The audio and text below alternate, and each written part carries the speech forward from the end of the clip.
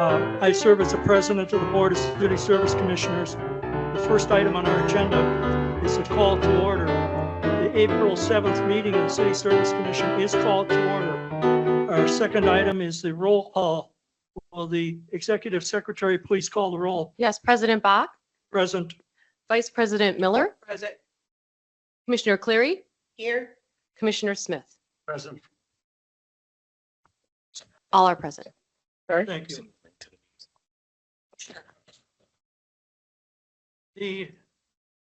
Would the executive secretary please announce the next item? Next item is item number 3, file number 241667, communication for the approval of the March 25th, 2025 meeting minutes. Do commissioners have any questions or issues with the proposed minutes? I do not. I move approval. I second. Been moved and seconded to approve the minutes of the meeting as presented. I'll call the roll. Commissioner Miller, Yes. Commissioner Smith, Yes. Commissioner Cleary. Yes. Those minutes are approved as submitted. Next item, please. Next item is item number 4, file number 241668, the separation appeal of Antoine Young, Business Systems Coordinator, City Attorney's Office. Thank you.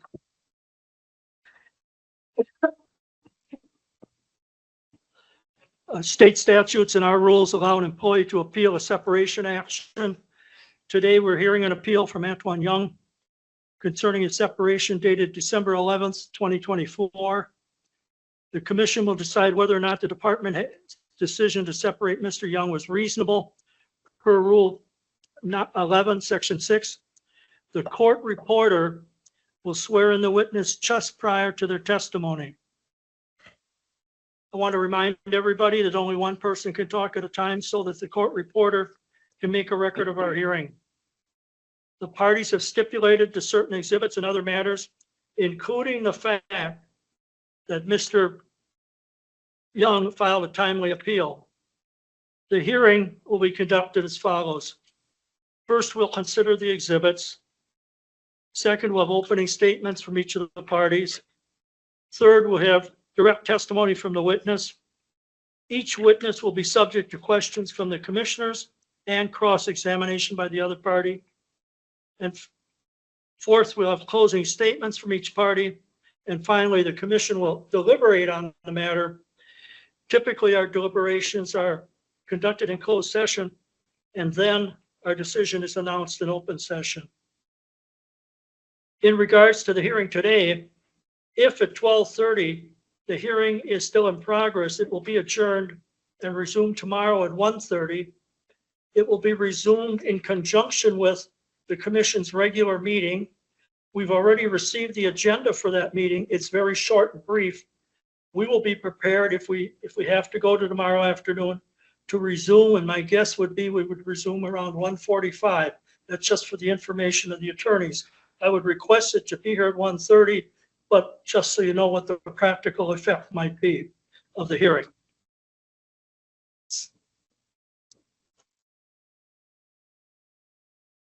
Has the court reporter been given copies of all the exhibits? Yes, I have. Thank you. There is one joint exhibit, Exhibit J1, and that's part of the record in this matter. The department submitted 10 exhibits, D1 through D10, which were stipulated to by the appellant and are part of the record. The appellant submitted 25 exhibits, A1 through A25, which were stipulated to by the department and are part of the record. There were a number of unstipulated exhibits. In addition to the 10 department exhibits, the department proposed 3 other exhibits which were not stipulated to. We'll now consider those 3 unstipulated exhibits. In the order that we will do things, and this is true throughout the hearing, the department will go first and the appellant will go second. I should have mentioned that up front. And that's the reason we're going to start with the unstipulated exhibits from the department. I'd like the commissioners and the parties to consider DU1 and DU1A together these appear to be the same document. Is that, can I ask? You They to are. Identify yourself. Certainly. My name is Catherine Headley, Katherine. Last name Headley. I'm an assistant city attorney representing the city attorney's office in this case. Thank you, Ms. Headley. Thank you. So we have these two exhibits. The underlying documents themselves appear to be the same thing. We have a printed out copy available to us from staff. They were provided to us in advance by email attachment. Now the second one, DU1A, has highlights added. I think, is it true that that's the only distinction between the two documents? Yes, Commissioner. Okay, thank you. I should say that it is titled Criminal Justice Information Services, parentheses, CJIS Security Policy, and it's dated September 13th, 2023. I would just verify it's September 14th, 1/4/2023. Okay, I'm sorry. Yeah, version 914. I apologize. I accept the correction.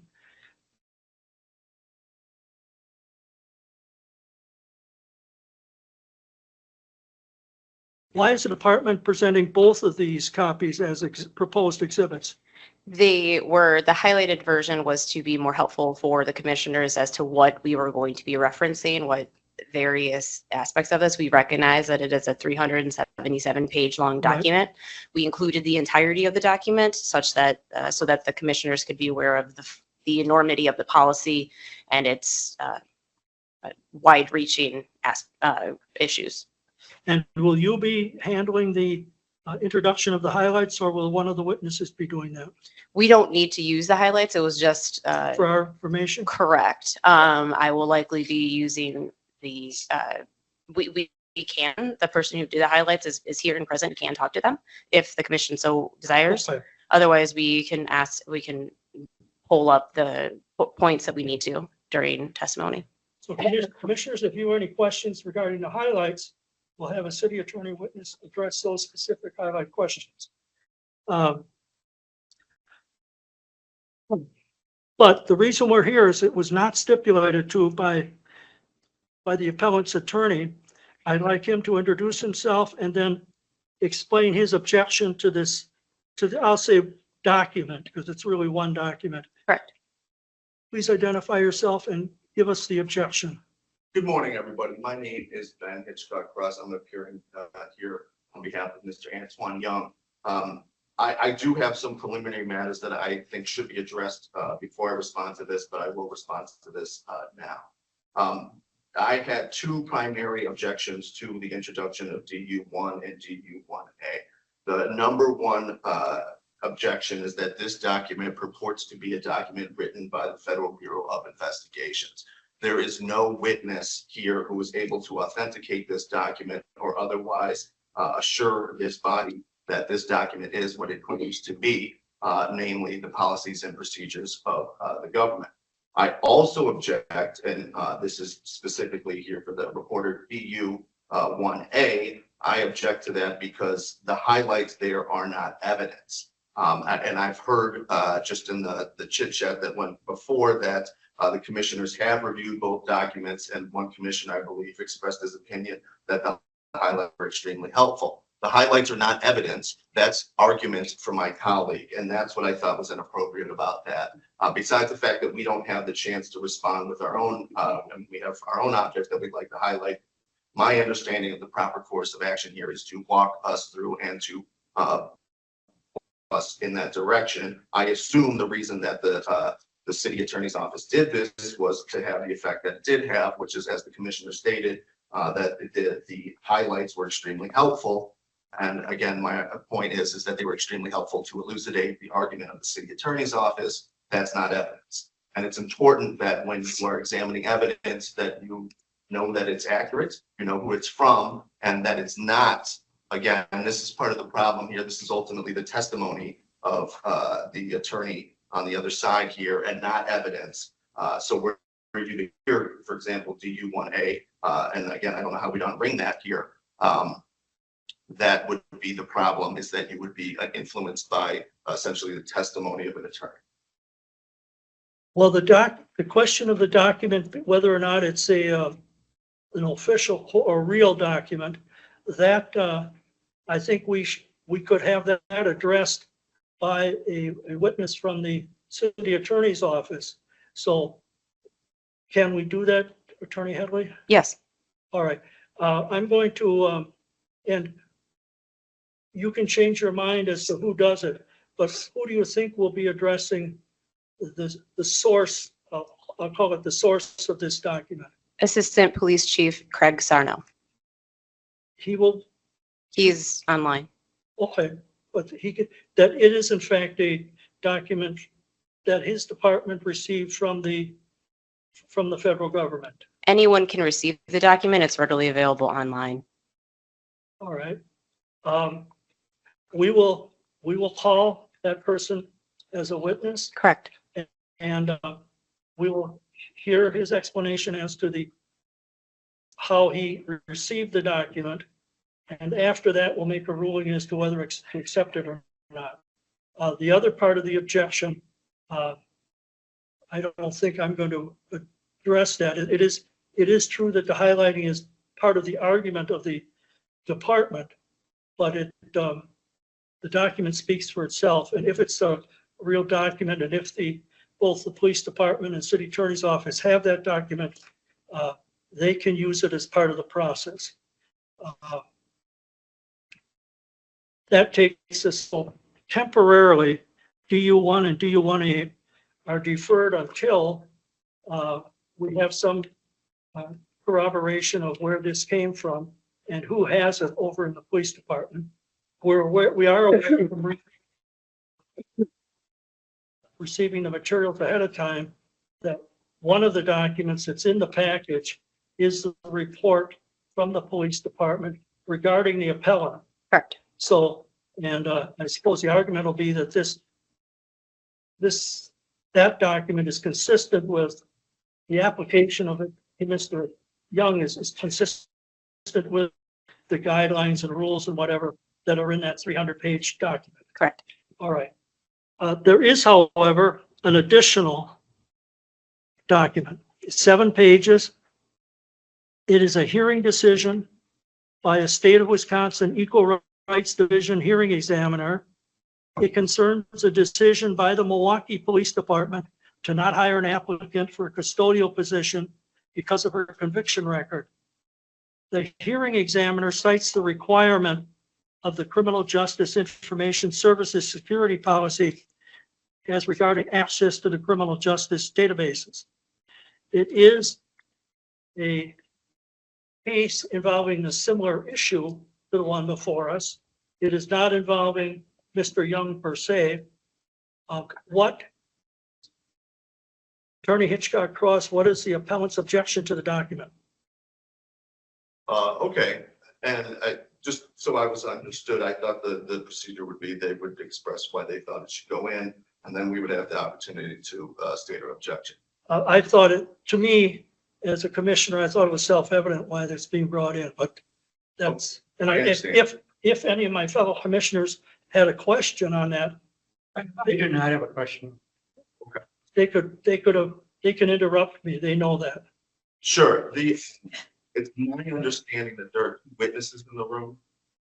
And I don't know any of them by face, but if for example, the city attorney's in the room, I would ask that, and it plans on testifying, I would ask that they be excused before we discuss this further.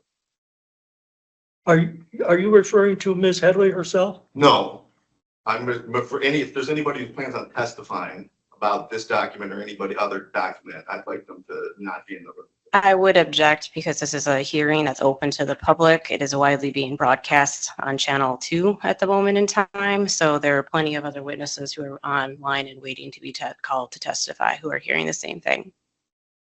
Well, then for even more so, then we don't want, there should be a concern that witnesses' testimony will be influenced by arguments other discussions that we have here. So that's the objection that makes it even more so. Well, I would think the argument would have to be somewhat more persuasive than that to close the hearing. We normally have these hearings in public.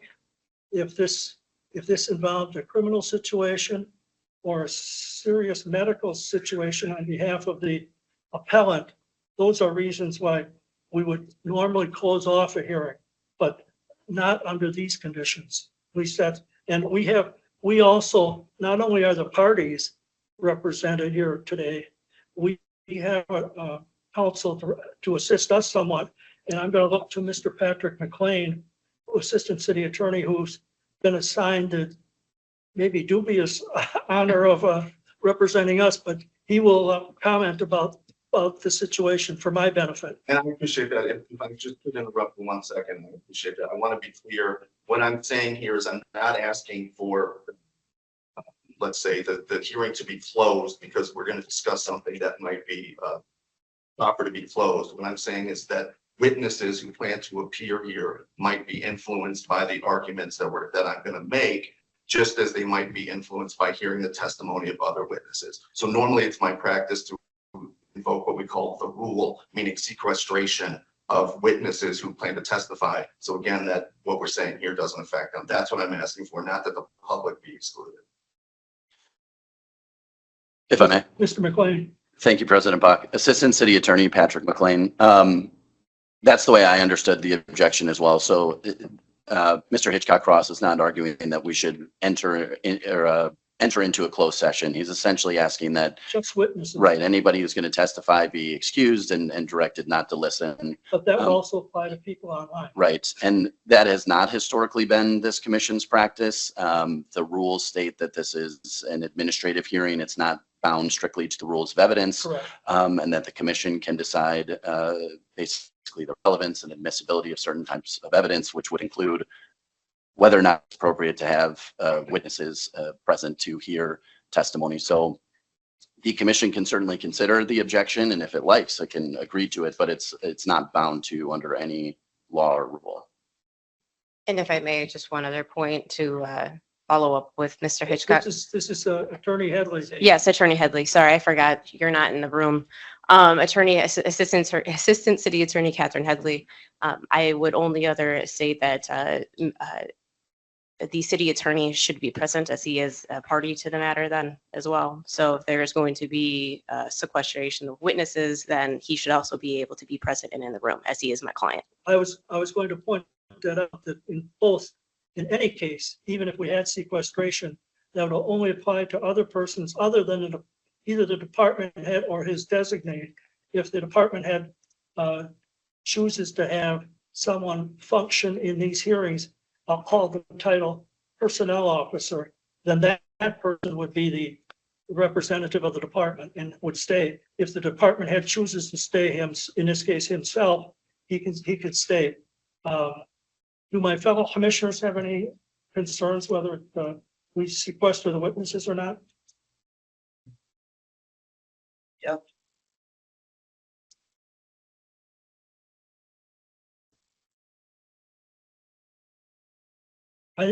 Because the hearing is still open, I guess I'm inclined to indulge the appellant's objection. And so if we have a second person who is a witness, then I would ask her to leave at this time.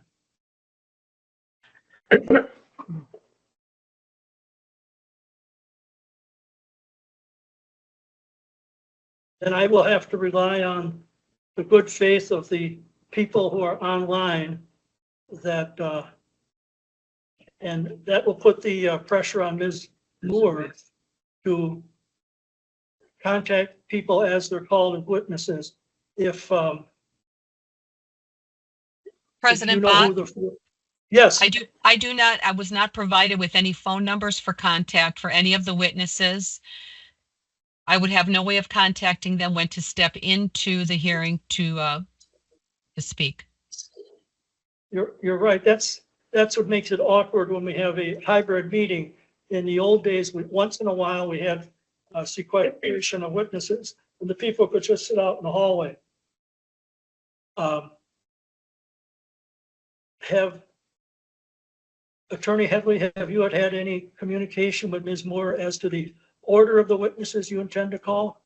I intend to call Assistant Chief Sarno first, and I have his contact information that I'm able to Well, communicate. then he's not a problem. Correct. So, do you know who you're going to call second? Deputy City Attorney Mary Shannon. All right. And I will say that at that time, the time the decision was made, Deputy City Attorney Mary Shannon was acting in an HR administrator role. So I don't think that she would also have to be sequestered for this time period.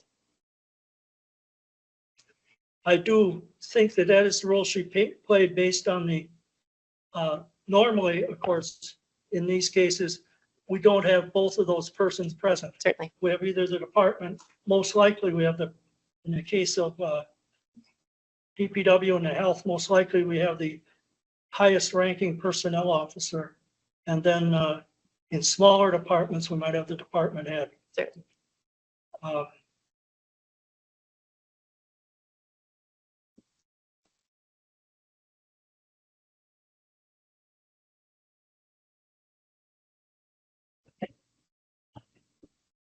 Attorney Hitchcock Cross, do you object to having Ms. Shannon here? Yes, sir. All right, I'm going to ask her to leave. And she knows she's the second witness. She probably has a good idea of the length of testimony for this manager from the police department, manager. So she'll know how much time to allocate before she has to come down here again. Sorry about that.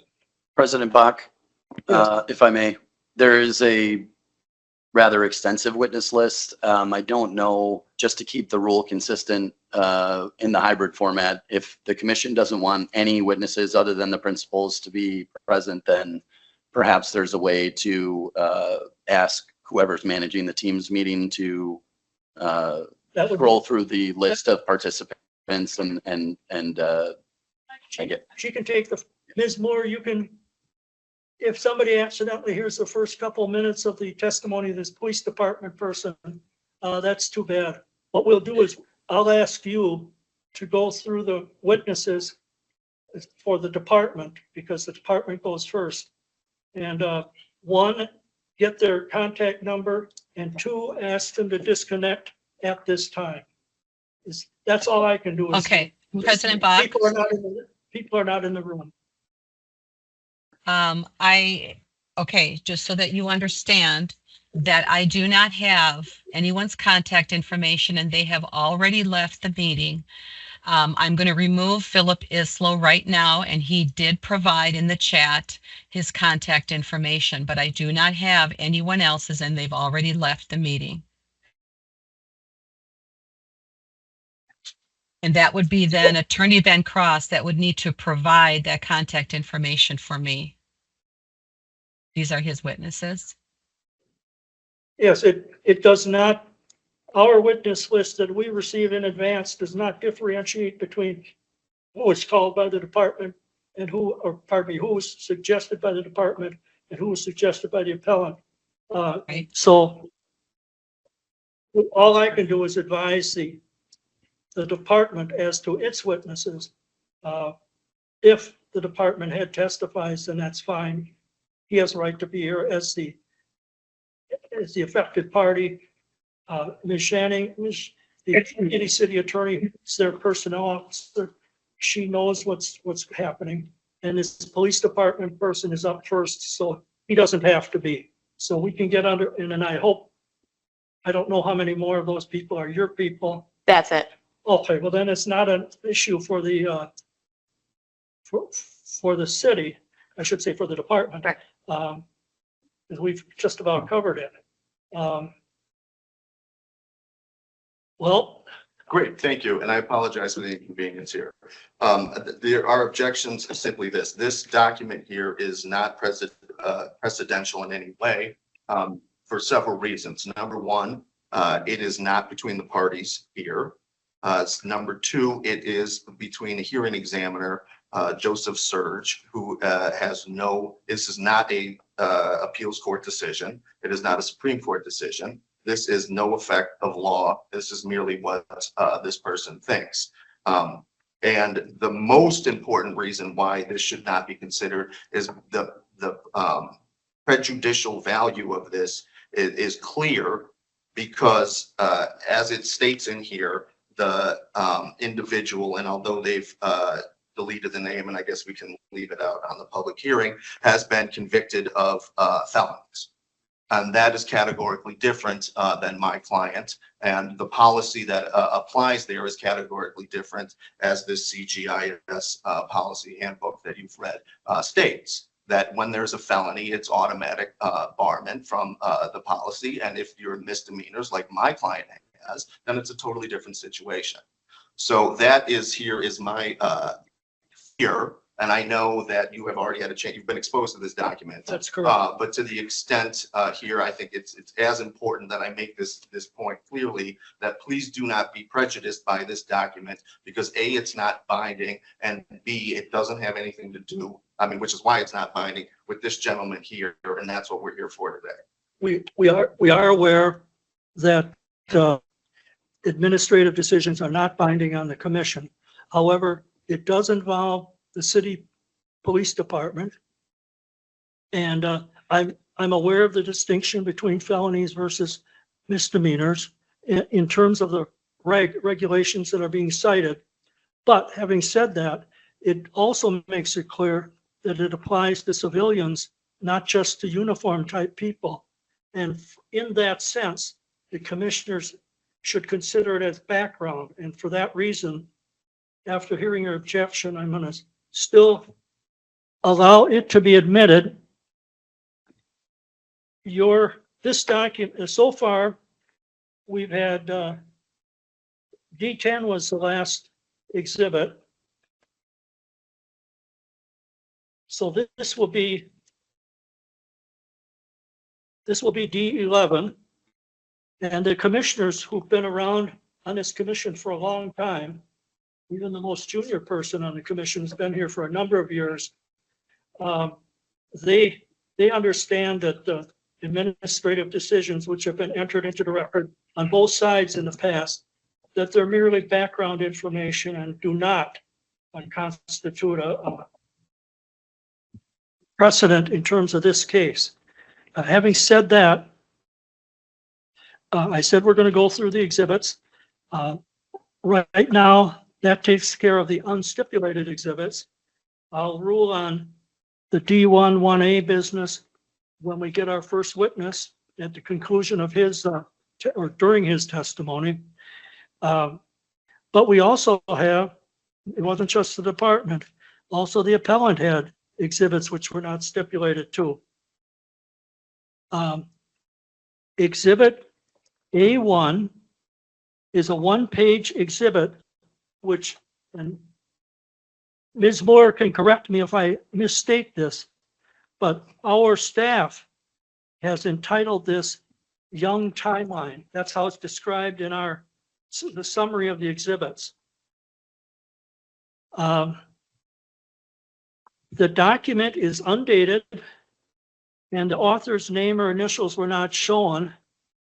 Let me make sure. Excuse me for interrupting, but we will withdraw that document. Okay, well, then that takes care of A1, withdrawn. Just give me a moment, please.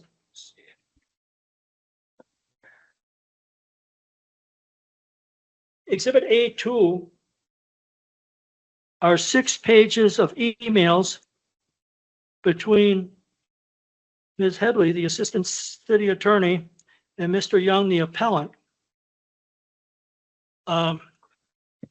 Let me get that out.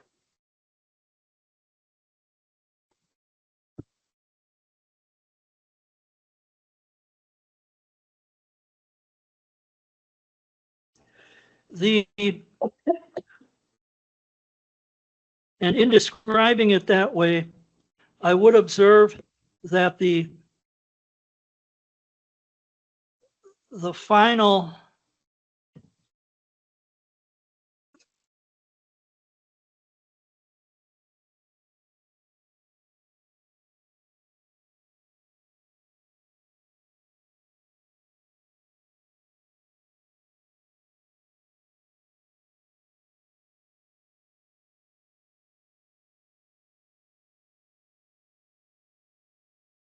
final item, or first item on page 1 of this proposed exhibit is an email from Attorney Headley to Deputy City Attorney Mary Shanning regarding the concern that was going on in the other emails between Ms. Headley and Mr. Young. It does not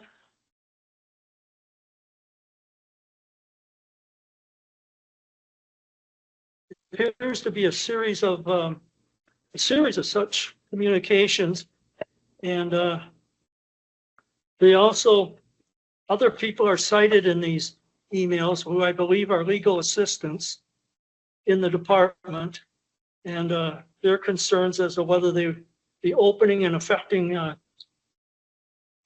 the quality of either the program or of the records. I'm going to start this item by asking, what is the purpose of this exhibit, Attorney Hitchcock Cross? Thank you for that. So we had put Ms. Headley on our witness list, but the commission, who I just want to note for the record, is advised by a subordinate of the city attorney here. And this is when I'm speaking of the commission, I'm talking about the executive staff decided not to put Ms. Headley on the exhibit list. They informed us that we would not be able to talk to you direct any communications to the commissioners directly about this issue, and that the only opportunity that we would have to address this issue would be here now. I to that at that time. I thought that was prejudicial. I thought that this issue should be decided well and in front of advance of now, because it's effectively putting you in a position of having to decide essentially whether or not we go forward today. And many people would like to go forward today, including my client. So it's that decision to not allow you to address this matter until now in the public by the executive staff, I think is prejudicial to my client as well. The issue here, and this happens from time to time, and this is what we raised, is that Ms. Headley is a witness to some of the conduct that led up to the termination of my client. It is therefore improper for her to also stand in front of you and act as an advocate, because it will be difficult, and this is what the law is, for a decision maker to distinguish between her role as a fact witness. Just for example, she highlights the document, the exhibit that we look at, which again is not evidence, it's arguments, and her arguments that she stands up and makes here today. So our offer of proof ultimately, and the reason why Ms. Headley should be a witness in this case, or is a witness in this case, we should have the right to call her as a witness in this case. And frankly, again, we object to the executive staff preventing that issue on her behalf. I guess I also want to just take this opportunity to point out that there was communication between Ms. Headley ex parte and the executive staff. I'm going to object to this testimony, Mr. Hitchcock Cross. Okay, Mr. Hitchcock Cross is going on a different topic. I can only have one person speak at a time. Thank you, sir. That's my understanding. If you're going to interrupt me, that's fine, but I was talking there. Mr. Hitchcock Cross, please direct all of your comments to the commission. I'll ask both attorneys to do that. We need to keep an orderly meeting. This is being transcribed by a court reporter.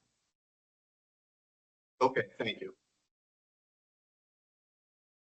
So again, the issue was that there were communications between Catherine Headley and Ms. Moore that were not divulged at the time, and we had to go through extensive communication with them before they actually divulged what had happened, which was just in that instance there, this was a communication about the scheduling of the hearing for today, which was postponed from when it was originally intended to occur, which was some weeks back. Again, the problem there is Ms. Headley's role as both the advocate the communicator on behalf of the city attorney, and a witness here. The witness, again, we have several witnesses who are going to talk, including Robin Pedersen, about their communications with Mary Shanny, who apparently now we've heard on from the witness, Ms. Headley over here for the first time, was acting as an HR capacity at this point. Well, that's evident from the paperwork. Well, and from the testimony that we heard, right? Well, but I didn't hear the testimony until this morning, but I saw the paperwork over the last couple of weeks. It's clear that she was the personnel officer. Right. So to the extent that this witness is giving information to the personnel officer about my client, we're entitled to examine her as to why she was doing that and what was the purpose of this October 10th communication sent to Mary Shanning by Ms. Headley by snipping tool about my client, and why there were other communications at that time for similar reason. Well, this May I? is the reason I'm concerned about this document is it's a little far afield from the issue. If you look at the actual separation notice, the person Mr. Young was separated because he didn't have the clearance under that CJIS policy. And it isn't these other issues. If that is, first of all, the obvious question is, does he have the clearance? Assuming he does not, then the argument is it relevant to have that clearance for that job? That's the issue. This is so minor, in my opinion, just looking at the material. I'm surprised it's submitted, but Let me respond to that if I can, because I think it raises a two-part issue. And I think the first issue is that it seems to me that there's an acceptance that the termination letter on its face is accurate and truthful. And well, that's a question that you can raise well, thank you. in this hearing. Right. So we intend to do that. And I think that's my job here. And that I'd be derelict in my duty if I wasn't doing.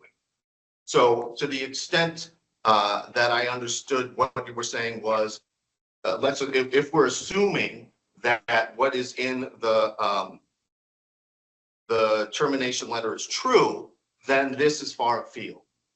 And so where we are, for example, and my job is here today is to suggest to you all that what's in the separation letter is not accurate. And by the way, if we are at the point right now, sitting here today, at this moment here, commissioners, that we do agree that what's in the separation letter is accurate, then let's not continue with this hearing any further, because there would be no purpose in doing so, because A, the decision would be made, and B, then this would be a waste of time.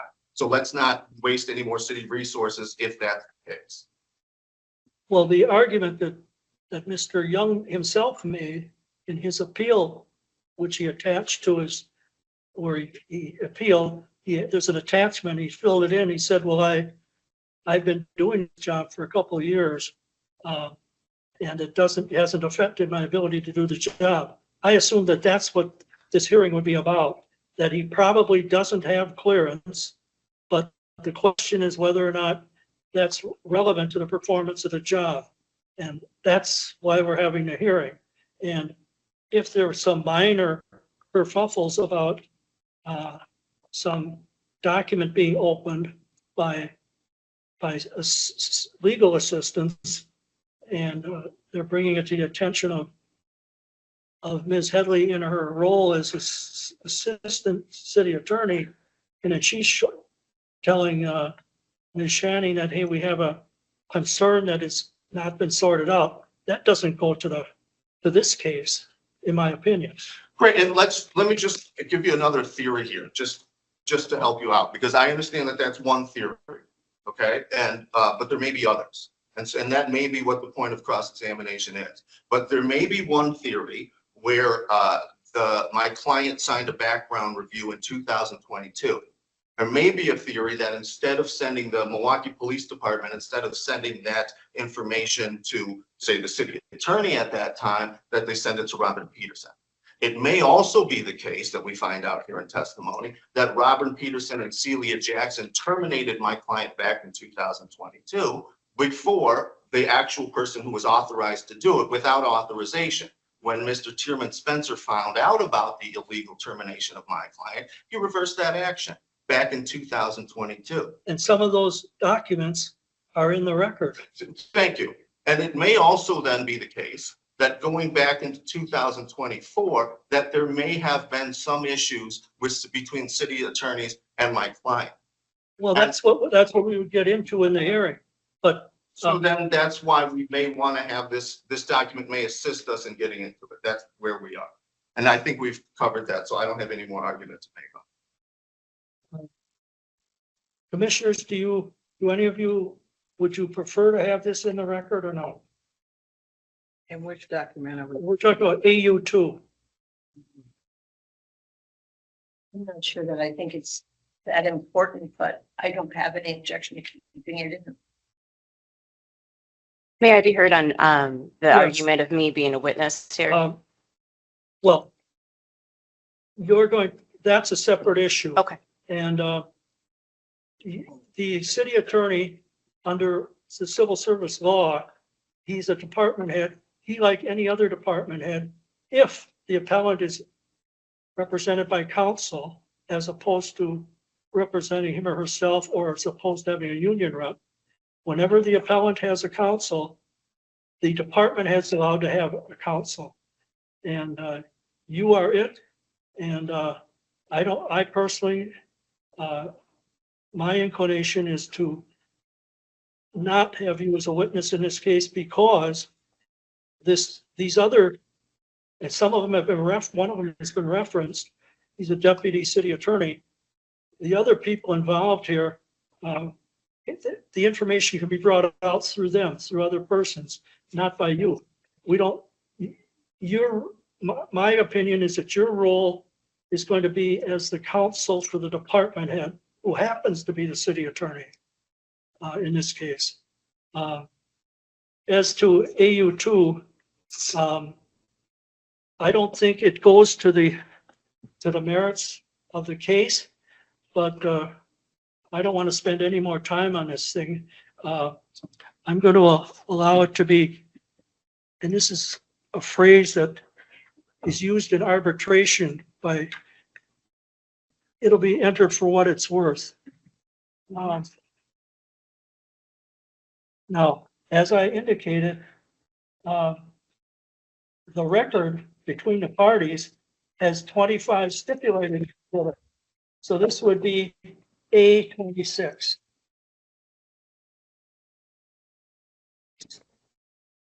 The next one is one that I'm interested in. It's AU3 is the job description. I think it's 5 pages. It's a job description dated January 14th, 2022 and the title at this time back then was IT Support Specialist Senior. But I believe we have in the record the fact that this is the same position and the title is reclassified to Business Operations Manager. So this is the job description for the previous incumbent, a man named Jonathan Stepner. But and I said IT Support Specialist Senior. This was not. I don't have to ask Attorney Hitchcock Cross as to why they're asking that it be entered. We're talking about what's the nature of the work of this position, and whether or not he needs a clearance under that federal policy. I'm going to go directly to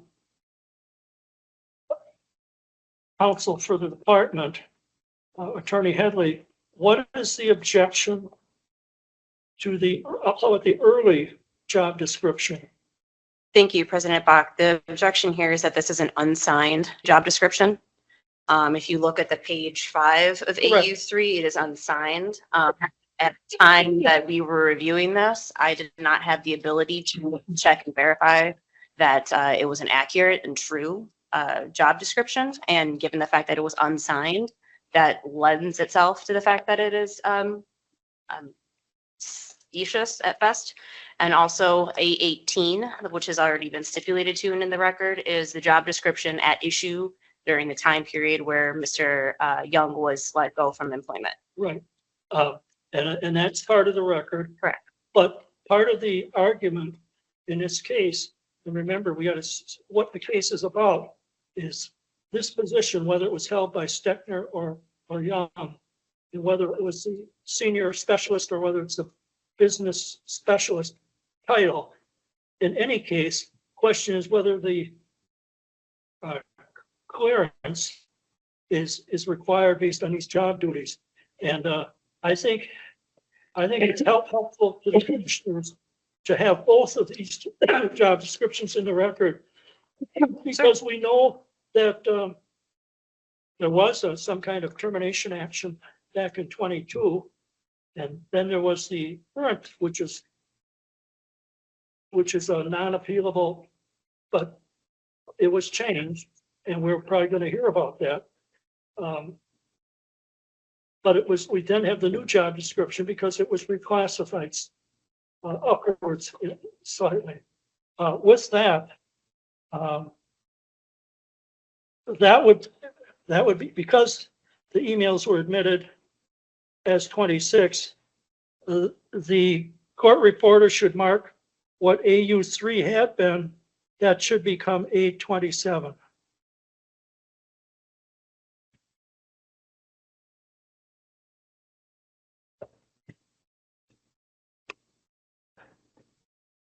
And then finally, we have what's been marked AU4. It's 2 pages, and staff has described it as questions answered by unknown person. I'm going to describe it. Besides being 2 pages, it's a typed document about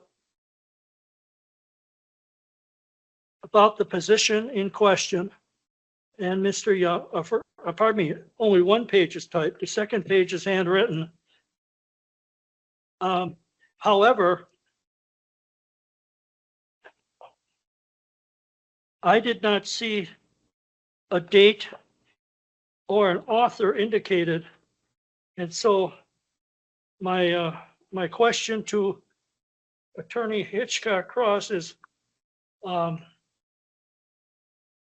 who could identify among their witnesses, including the appellant, who could identify where this 2 sheets came from, and who's the author of these, on the one hand, the notes on the type page, but then there's also some handwritten notes attached on just a sheet of paper, a lined sheet of paper. And to ask that, or to answer that, the A6, which has already been admitted, is going to be helpful. And so back in 2022, there was an OIG investigation into the termination, the undone termination of my client by Mr. Peterson and Ms. Jackson. The OIG asked Ms. Jackson a series of questions that's embodied in A6. Those are the responses here. The document that we're talking about, for the record again, AU4 is the notes taken by Ms. Crow to generate AU6. So the short answer to your question is Ms. Crow, the witness, is going to be able to identify this document. All right. Well, then you've just prepared the answer on this one. We will hold this document until Ms. Crow testifies. And Ms. Crow's notes from 2022.